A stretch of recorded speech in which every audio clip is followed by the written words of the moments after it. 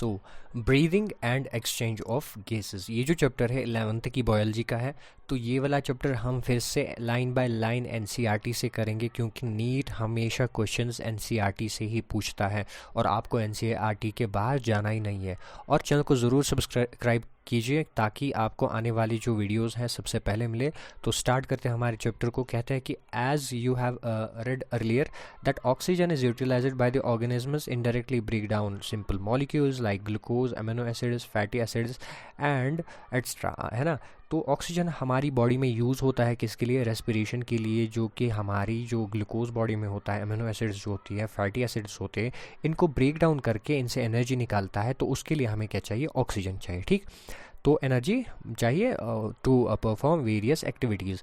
Now जब ये energy produce होती है तो उसके साथ ही कार्बन डाइऑक्साइड वहाँ पे CO2 will be harmful which is harmful is also released during above catabolic reaction. ये रिएक्शन रेस्पिरेशन कैटाबॉलिक यहाँ पे कहता है। तो आगे जो है ना एनाबॉलिक प्रोसेस है ना, वो इसे कहते हैं, मतलब जो हमारे आगे आने वाले चैप्टर्स है उसी हिसाब से हम इसको देखेंगे। तो यहाँ पे ये कहता है कि कैटाबॉलिक प्रोसेस है, तो इससे ऑक्सीजन मतलब ये ब्रेक डाउन करती है इन मॉलिक्यूल्स को, और कार्बन डाइऑक्साइड यहाँ पे रिलीज होता है जो कि हमारी बॉडी के लिए हार्मफुल है।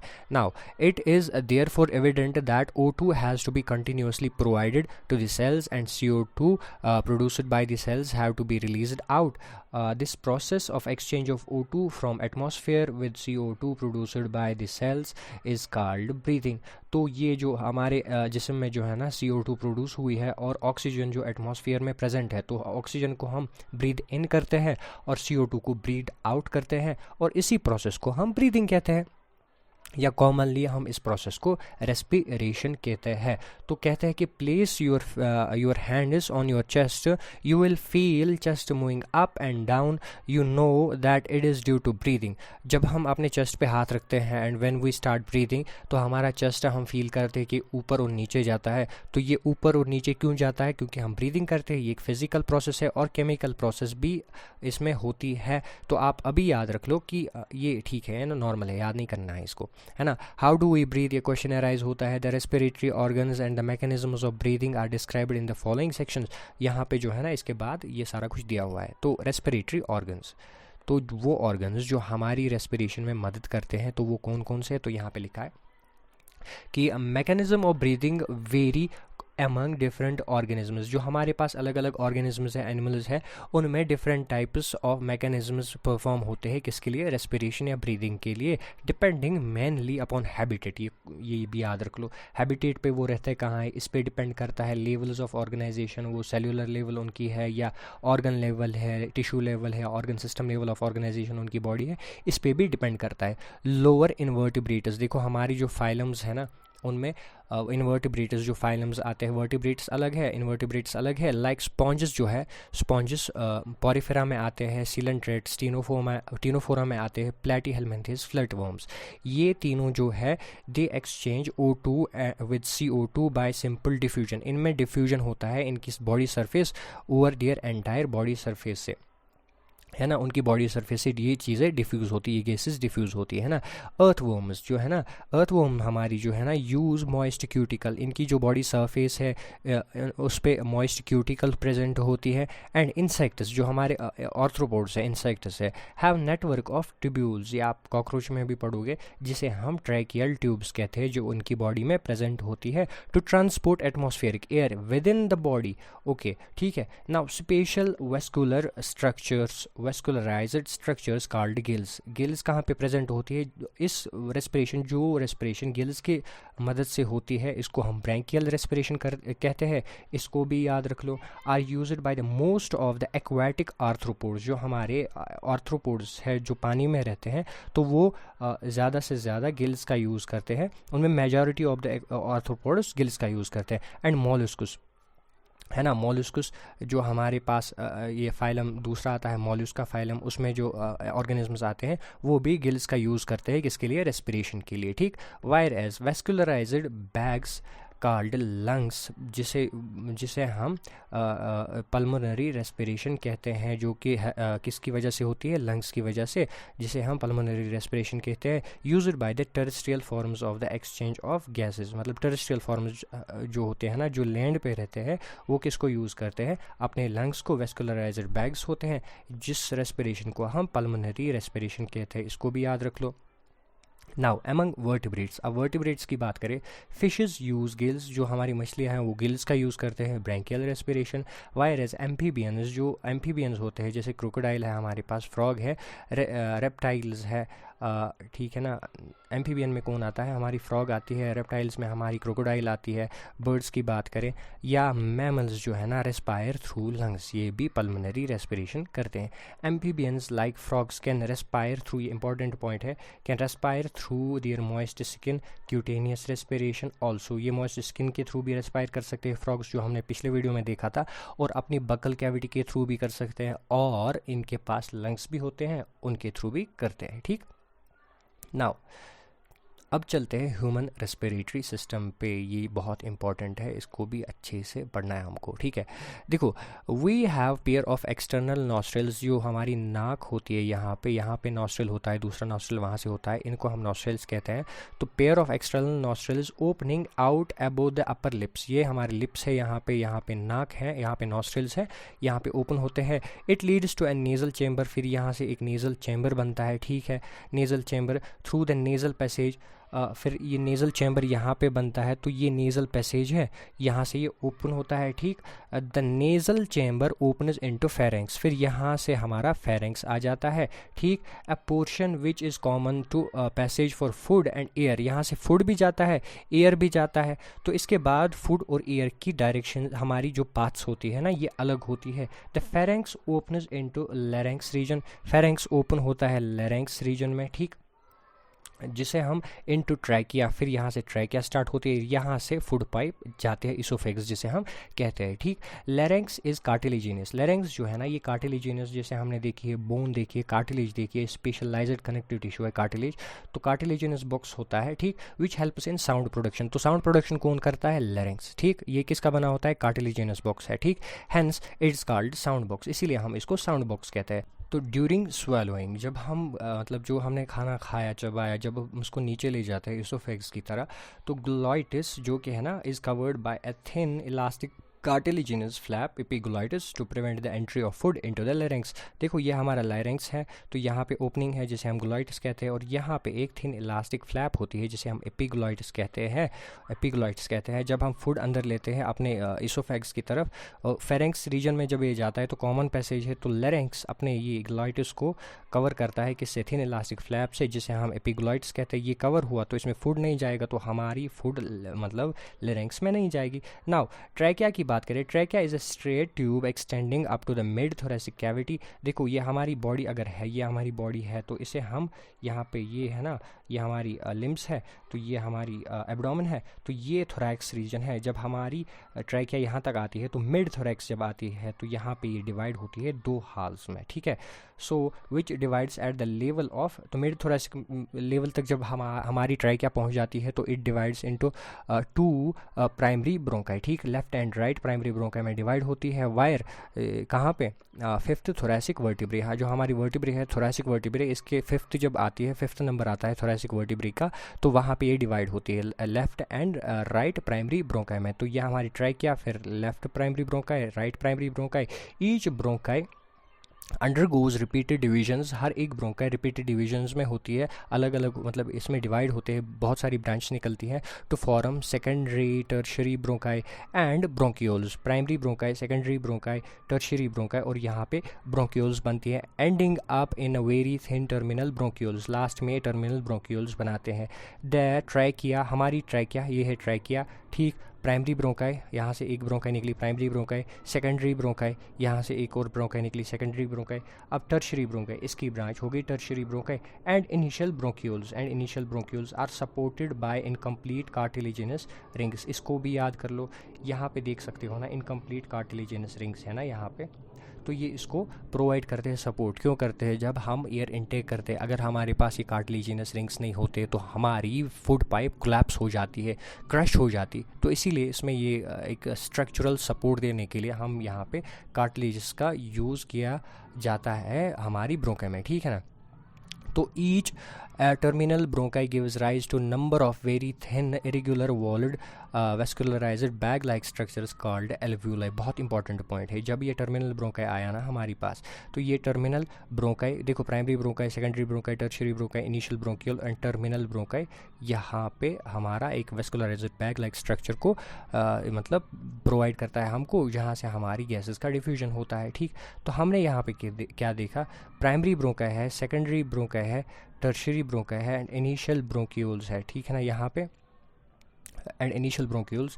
बस इनमें इनकम्प्लीट कार्टिलेजिनस रिंग्स होते हैं। बस ये इंपॉर्टेंट पॉइंट है, इसको याद रख लो, ठीक है ना। The branching network of bronchi, bronchioles, alveoli comprise the lungs. जो ये ब्रांचिंग नेटवर्क है यही हमारे लंग्स को बनाता है और इर्द गिर्द इसके आसपास आता है स्पॉन्जी टिश्यू, जो हमारी लंग्स को जैसे एक स्पॉन्ज की तरह मतलब बिहेव करने के लिए हेल्प करता है ना। वी हैव 2 लंग्स, हमारे पास 2 लंग्स है which are covered by double layered pleural membrane, ठीक है ना। Pleura, double layered pleural membrane या प्लूरा आप कह सकते हो इसको, and with pleural fluid between them. ये हमारी अगर लंग है, ठीक है ना, तो यहाँ पे एक मेम्ब्रेन है, दूसरी मेम्ब्रेन है, यहाँ पे प्लूरल फ्लूइड इसमें प्रेजेंट होता है। It reduces friction on the lung surface, lung surface को फ्रिक्शन से बचाता है। The outer pleural membrane is in close contact with the thoracic wall, ठीक है ना। थोरेसिक लाइनिंग के साथ ये हमारी बहुत इंटैक्ट होती है। Whereas the inner pleural membrane is in contact with the lung surface, ठीक। तो यहाँ पे अब इसके हम डायग्राम देखेंगे। तो ये हमारी थोरेसिक जो है ना, ये थोरेसिक कैविटी में जो हमारे स्ट्रक्चर्स है उसकी डायग्राम है। यहाँ पे देखो, ये हमारा एपिग्लोइटिस है, ठीक। ये हमारा लेरेंक्स है, ठीक है ना, इसकी ओपनिंग को हम ग्लोइटिस कहते हैं। और ये हमारी ट्रैकिया है, इस पे इनकम्प्लीट कार्टिलेजिनस रिंग्स है, ठीक है ना। ये प्राइमरी ब्रोंकाई, ठीक। ये सेकेंडरी ब्रोंकाई, ये सेकेंडरी ब्रोंकाई, इसी तरीके से tertiary, secondary and terminal bronchioles बन जाते हैं हमारे पास। और ये हमारे 2 प्लूरल मेम्ब्रेन्स है, आउटर इनर प्लूरल मेम्ब्रेन, ठीक। यहाँ पे एल्वियोला है, ये वाला एल्वियोला है, तो प्लूरल फ्लूइड इनके बीच में है। तो ब्रोंक्यूल, यहाँ पे ब्रोंक्यूल है, और ये हमारा डायाफ्राम है, और ये हमारा हार्ट है। और हार्ट के बारे में हम नेक्स्ट चैप्टर में पढ़ेंगे। ये हमारी रिब्स है, ठीक। ये हमारी रिब्स है, और ये हमारा ब्रोंकस है, ठीक है ना, या प्राइमरी ब्रोंकाई आप इसको कह सकते हो। और ये हमारा लंग है, मैन पार्ट जो है ना इसका लंग, ठीक। तो जाते हैं नेक्स्ट पेज पे। नाउ तो the part starting with external nostrils, external nostrils से लेके टर्मिनल ब्रोंक्यूल्स तक constitute the conduction part. Terminal bronchioles, ये कंडक्शन पार्ट जो एयर को लाता है कहाँ पे? लंग्स में, एल्वियोलाई तक लाता है। Whereas alveoli and their ducts respiratory और एक्सचेंज पार्ट जिसे हम कहते हैं, ठीक। Alveoli and its plus ducts, इसके हम रेस्पिरेटरी पार्ट कहते हैं और ये कंडक्शन पार्ट कहते हैं, ठीक है ना। नाउ तो देखो, कंडक्शन पार्ट जो है इसका काम है एयर को अंदर लाना, अपने लंग्स में लाना, इसको ह्यूमिडिटी प्रोवाइड करना, इसमें जो डस्ट पार्टिकल्स है इनको ट्रैप करना, इसका टेम्परेचर अपनी बॉडी के टेम्परेचर के बराबर लाना, एक इसका काम है कंडक्शन पार्ट का। एल्वियोलाई और इसके डक्ट से इनका मेन फंक्शन यही है कि ये गैसेस को अपनी सरफेस से डिफ्यूज़ कराते हैं। तो the conduction part transports atmospheric air into to the alveoli, ये एल्वियोलाई तक ले जाते हैं एयर को, clear it from foreign particles, dust particles से इसको क्लियर करता है, ह्यूमिडिटी प्रोवाइड करता है इसको, brings the air body temperature, air को अपनी बॉडी टेम्परेचर के अकॉर्डिंग लाता है। एक्सचेंज पार्ट जो हमारा एल्वियोलाई इसकी डक्ट्स है, it is the site of actual diffusion, O2 and CO2 यहाँ से डिफ्यूज़ होते हैं between blood and atmospheric air, ठीक। Now the lungs are situated in a thoracic chamber, lungs हमारी थोरेसिक चैम्बर में होता है, which is anatomically air tight chamber, मतलब ये एयर टाइट होता है, मतलब इसका एयर ना तो लीक हो सकता है, मतलब एक देखो ये हमारी बॉडी है, ठीक। तो यहाँ पे हमारे लंग्स है, तो ये जो हमारा चैम्बर बनता है ये एक एयर टाइट चैम्बर होता है, ठीक।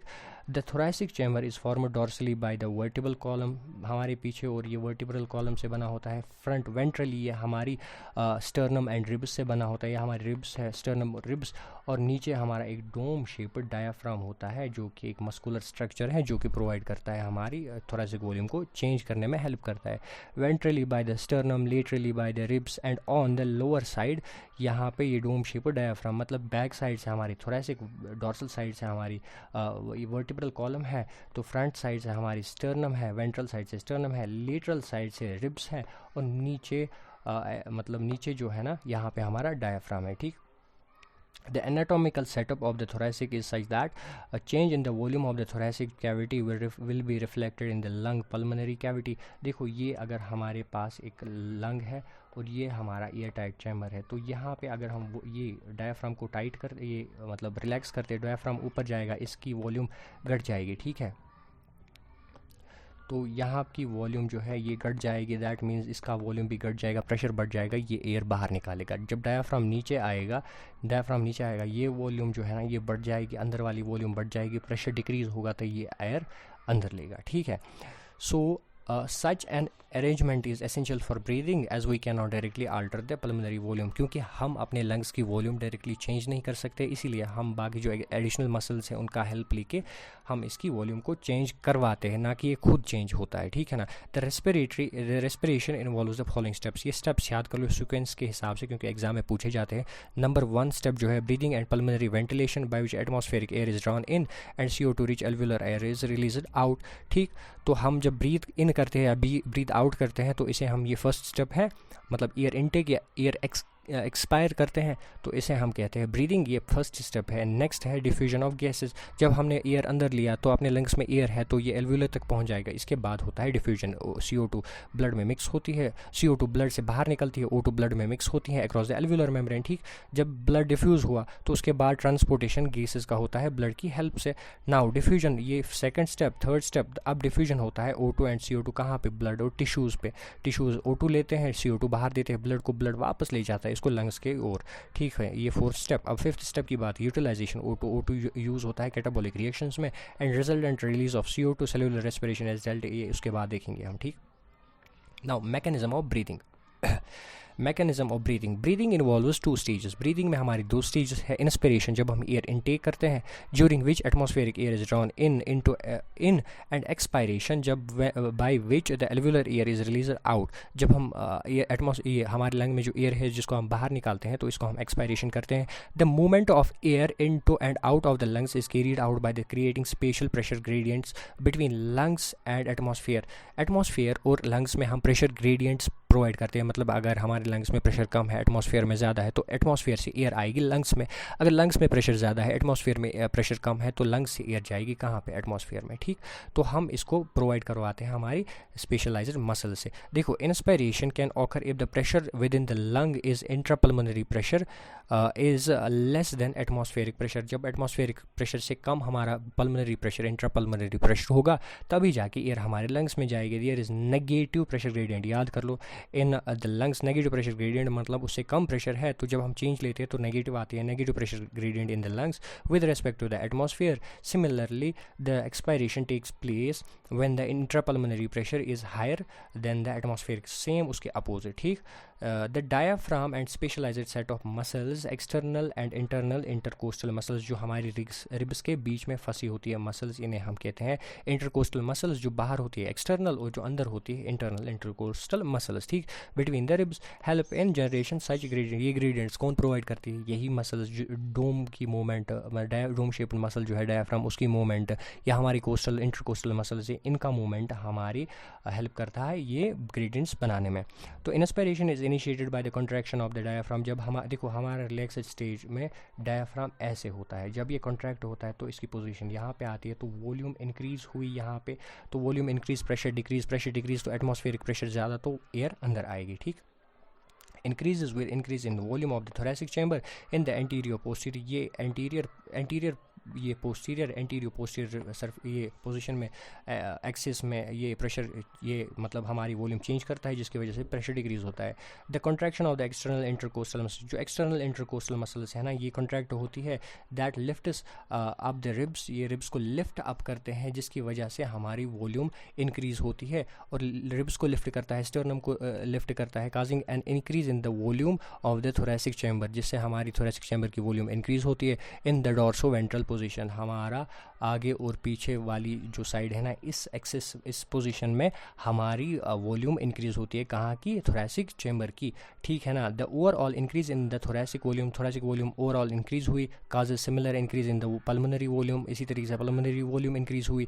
And increase in the pulmonary volume decrease the intrapulmonary pressure, तो प्रेशर इंट्रापल्मोनरी जो है हमारा लंग्स के अंदर जो प्रेशर है वो डिक्रीज होता है, less than the atmospheric pressure, and which forces the air from the outside to move into the lungs, जबकि हमारी प्रेशर कम होने की वजह से एयर बाहर से अंदर जाता है लंग्स में। सो रिलैक्सेशन ऑफ डायाफ्राम, जब डायाफ्राम रिलैक्स ये वाली पोजीशन से ये वाली पोजीशन में आता है तो वॉल्यूम डिक्रीज होती है, and intercostal muscles returns the diaphragm and sternum to their normal positions and reduces the thoracic volume and thereby the pulmonary volume। तो वॉल्यूम जब कम होगी तो pressure, it leads to increase in the intrapulmonary pressure, pressure increase होगा, pressure to slightly above the atmospheric pressure, pressure causing the expulsion of air from lungs, तो expiration हो जाती है, एयर बाहर निकलने को हम एक्सपायरेशन कहते हैं। So we have the ability to increase and strength of the inspiration expiration with the help of additional muscles in the abdomen। हमारे abdomen में कुछ additional muscles है जिससे हम strength increase कर सकते हैं expiration inspiration की। देखो हम जब exercise करते हैं तो हम देखते हैं कि हम तेज़ी से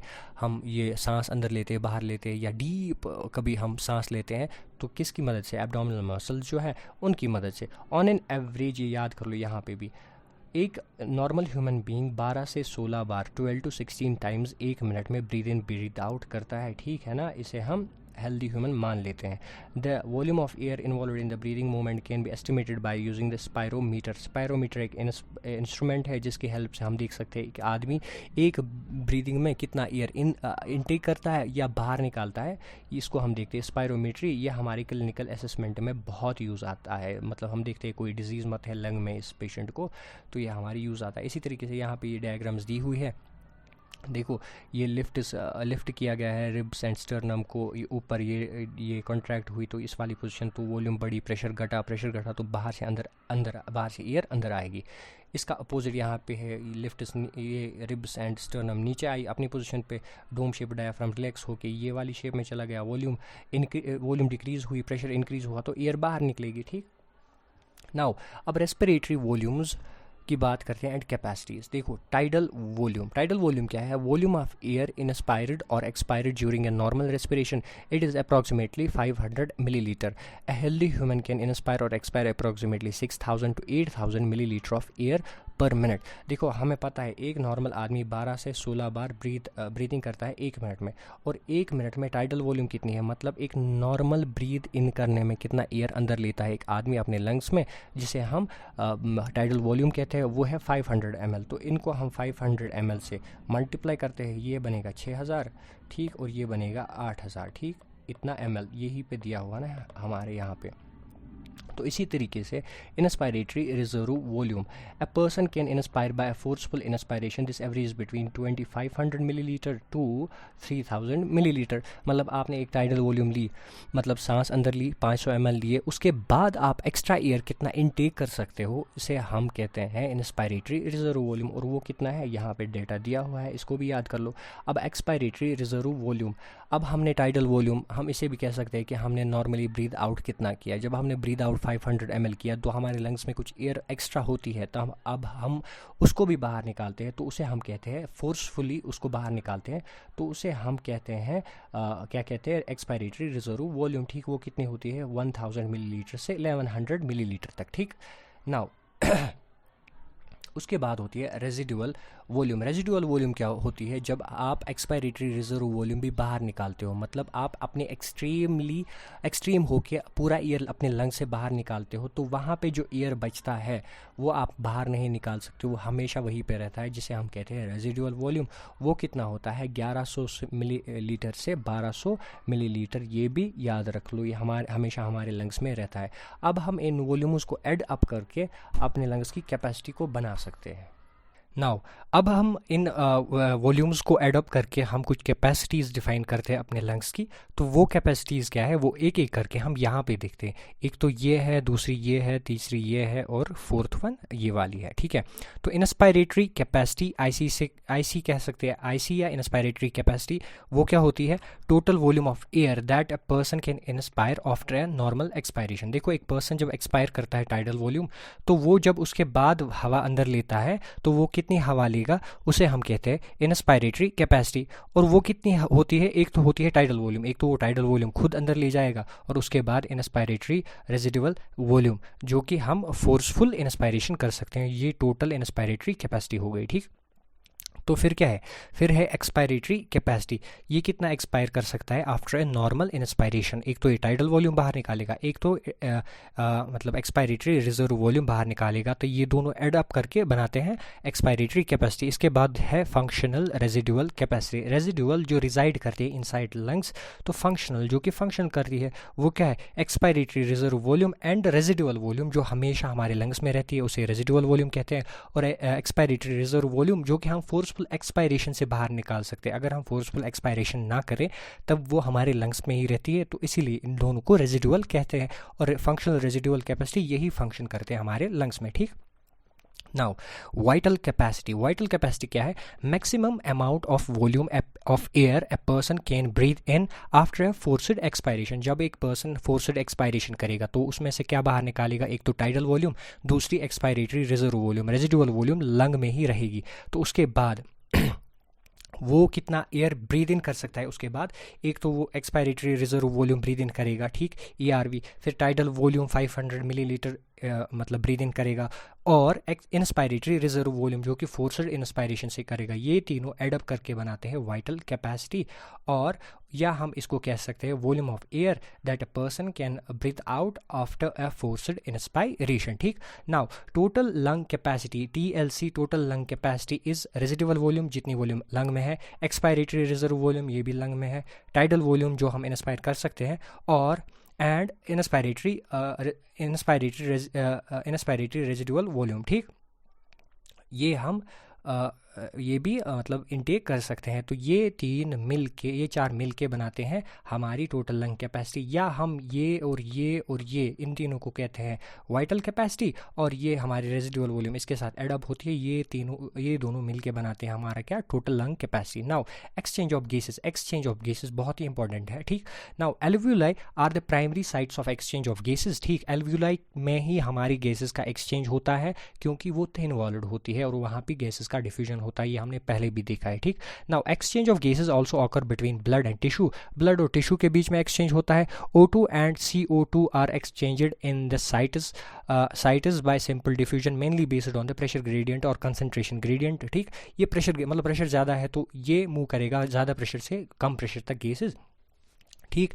या solubility of the gases as well as the thickness of the membrane. देखो गैसेस कितनी सॉल्युबल है एक सॉल्वेंट में, और जिस मेम्ब्रेन से हमें इन गैसेस को डिफ्यूज़ करना है वो कितनी थिक है या थिन है क्या है, तो उन पे भी डिपेंड करता है। यह कुछ इंपॉर्टेंट फैक्टर्स है जिन पे हमारी डिफ्यूजन, रेट ऑफ डिफ्यूजन मतलब डिपेंड करती है। Now pressure contributed by individual gas in a mixture of gases is called partial pressure. देखो हमारे पास अगर मिक्सचर ऑफ गैसेस है, लेट से गैस ए है, गैस बी है एंड गैस सी है, तो गैस ए ने प्रेशर P1 एक्सर्ट किया, गैस बी ने P2 और उसी तरह से थर्ड वाली ने P3 एक्सर्ट किया, तो तीनों ने मिलके P1 plus P2 plus P3 exert करा।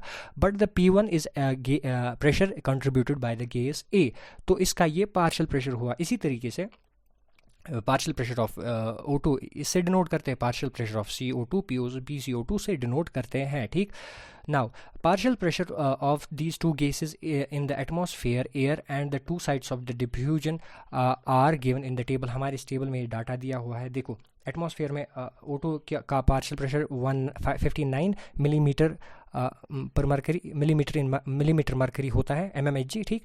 और यहाँ पे कार्बन डाइऑक्साइड का 0.3 mmHg, ठीक। एल्वियोलाई में 104 और कार्बन डाइऑक्साइड का 40, ब्लड में 40, इसका 45, इसका 95, इसका 40, इसका 40, इसका 45। ये टेबल याद कर लो। देखो यहाँ से हाई प्रेशर है, यहाँ पे लो है, तो यहाँ जाएगा O2, फिर यहाँ से लो है, यहाँ से हाई, फिर यहाँ जाएगा O2 डिफ्यूज होके, फिर यहाँ से ऑक्सीडेटेड में ज़्यादा है, ये ऑक्सीजनेटेड बन गया, ये बन गया ऑक्सीजनेटेड। अब ऑक्सीजनेटेड से टिश्यू में जाएगा। नाउ टिश्यू में ज़्यादा है तो ये जाएगा CO2 इधर ब्लड में, ठीक है, फिर ये जाएगा इधर, फिर जाएगा इधर, फिर जाएगा बाहर। ठीक इसी तरीके से इन गैसेस का मूवमेंट होता है। नाउ अब इसी तरीके से ये डायग्राम है यहाँ पे, इसको आप अच्छे से देख सकते हो, जो मैंने वो थ्योरी में समझाया उसी तरीके से यहाँ भी देखो। इंस्पायरेशन एक्सपायरेशन, ये पार्शियल प्रेशर इनका जो उस डब्बे में है वही सारा कुछ है। ठीक, ये आप देखना खुद बस। Now pressure gradient for O2 in the opposite direction, इसी तरीके से जैसे O2 के लिए प्रेशर ग्रेडियंट होता है, उसी तरीके से CO2 के लिए भी अपोजिट डायरेक्शन में प्रेशर ग्रेडियंट होता है, from tissues to blood and blood to alveoli. ठीक, तभी जाके CO2 बाहर निकलेगी। As the solubility of CO2 is 20 to 25 times higher than oxygen. ठीक, इसकी सॉलिबिलिटी ज़्यादा है, ये भी याद रख लो, इंपॉर्टेंट पॉइंट है, 20 to 25 times the amount of CO2 that can diffuse through the diffusion membrane पर difference in partial pressure is much higher as compare to the O2।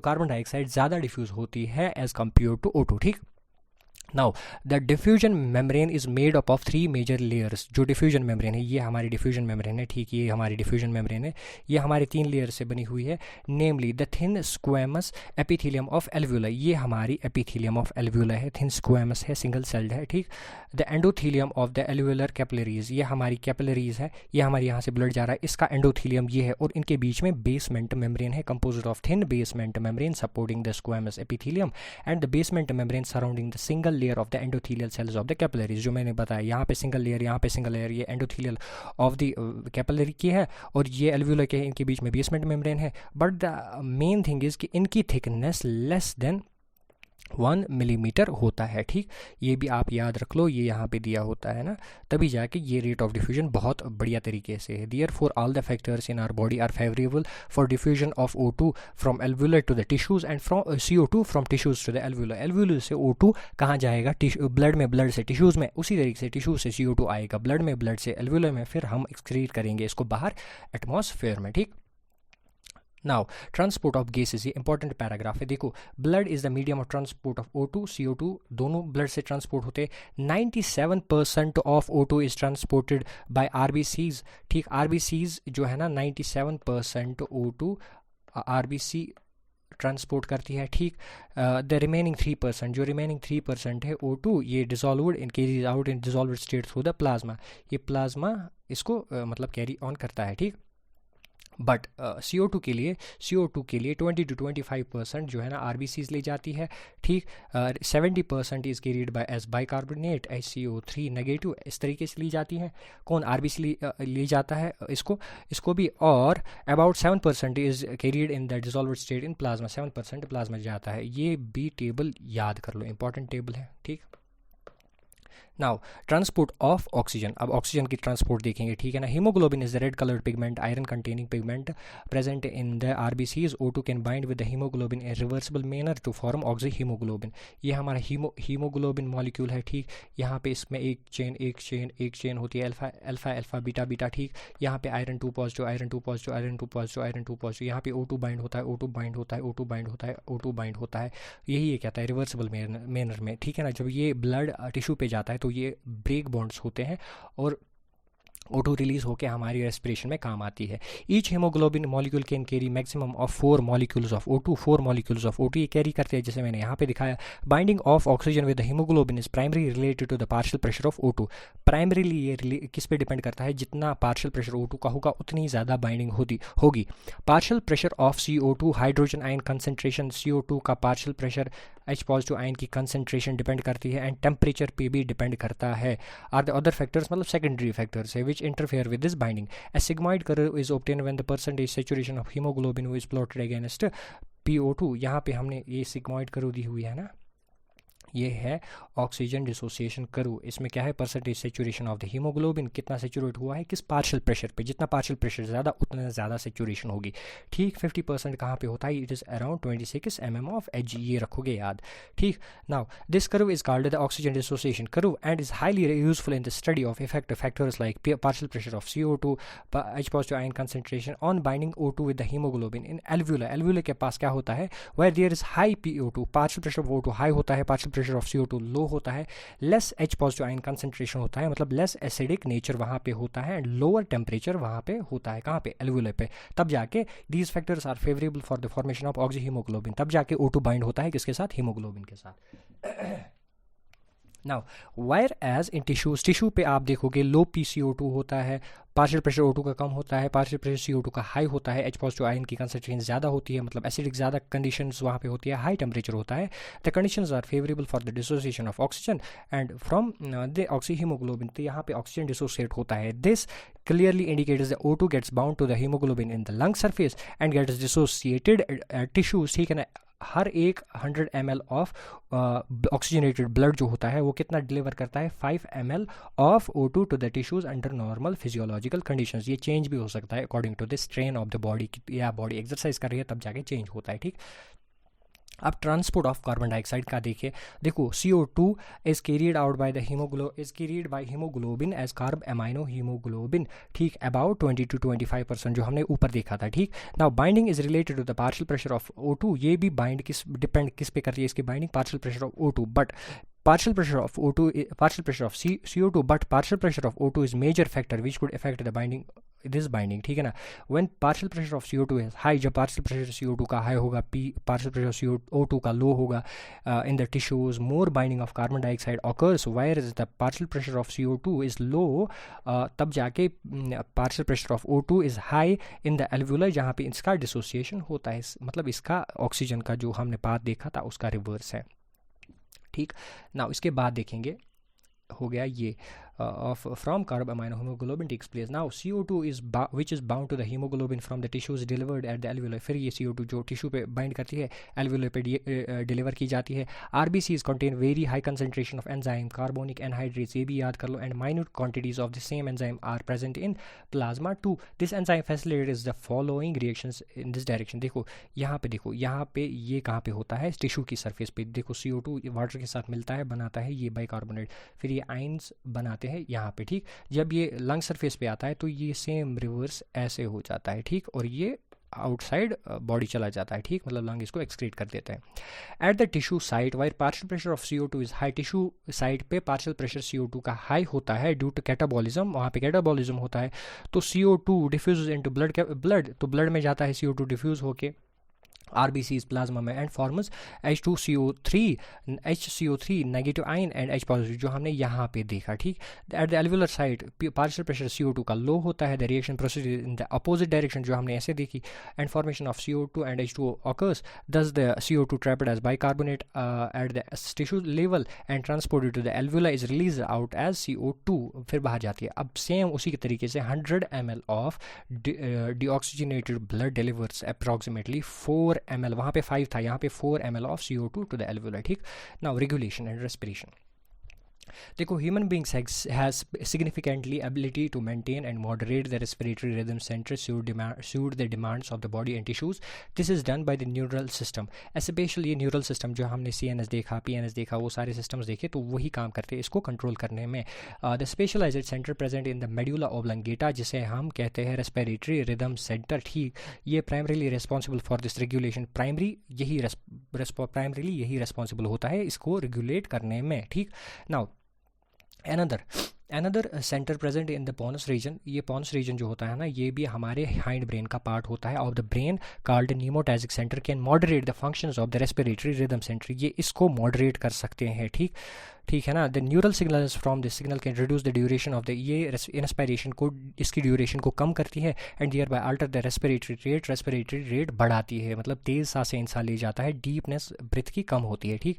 The chemosensitive area is situated adjacent to the rhythm centre, एक chemosensitive area होता है जो कि H positive ion concentration या partial pressure of O2 को sense करता है, ये कहाँ पे प्रेजेंट होता है, एडजेसेंट टू रिदम सेंटर होता है, और हाईली सेंसिटिव होता है किसको, CO2 और हाइड्रोजन आयन्स की कंसंट्रेशन पे डिपेंड, मतलब होता है इनके तरफ हाईली सेंसिटिव होता है।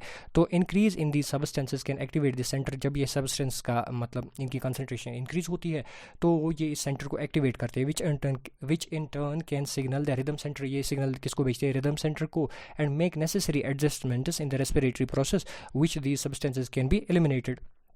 तब जाके इसको एलिमिनेट कर देते हैं।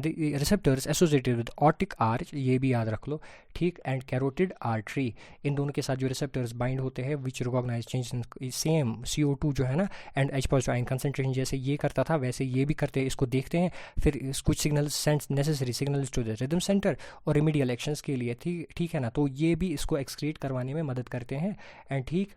Now the role of oxygen in this regulation is quite insignificant, ये भी याद रख लो। डिसऑर्डर्स है ना, लास्ट टॉपिक है asthma. Asthma is a difficulty in breathing, wheezing due to inflammation of bronchi and bronchioles. जो हमारी डक्ट्स होती है ना लंग्स में, उनकी इन्फ्लेमेशन होती है, मतलब उनमें सूजन पड़ जाती है जिसकी वजह से एज़मा होता है और ये सांस लेने में तकलीफ होती है, ये एक डिजीज़ है, ठीक। एम्फाइसीमा, इसमें क्या होता है, इसमें क्या होता है, ये क्रॉनिक डिसऑर्डर है। द एल्वुलर वॉल्स डैमेज होती है due to the respiratory surface is decrease, और रेस्पिरेटरी जहाँ से डिफ्यूजन होने वाली थी गैसेस की वो डिक्रीज हो गई। One of the major cause is cigarette smoking, इसके लिए मेजर काज सिगरेट स्मोकिंग है, ठीक। और लास्ट में क्या है, occupational diseases, occupationally respiratory diseases disorders. तो ये ऑक्यूपेशन मतलब आप इंडस्ट्री में हो, कहीं पे हो, किसी भी मिल में हो जहाँ पे कुछ डस्टस वस्टस होते हैं ना, उनके साथ काम होता है, तो आप वो इनहेल करते हो, आपका लंग जो है उससे डैमेज हो जाता है, जिसकी वजह से मतलब लॉन्ग एक्सपोजर अगर हुआ उन चीज़ों की, तेज इन इन्फ्लेमेशन होती है, लीड्स इन फिब्रोसिस, मतलब आपके लंग्स टिश्यू जो स्पॉन्जी टिश्यू होता है उनमें फाइबर्स डिपॉजिट होती है, जिसकी वजह से आप उनकी इलास्टिसिटी ख़त्म हो जाती है, और ये बहुत ही ख़तरनाक डिजीज़ है।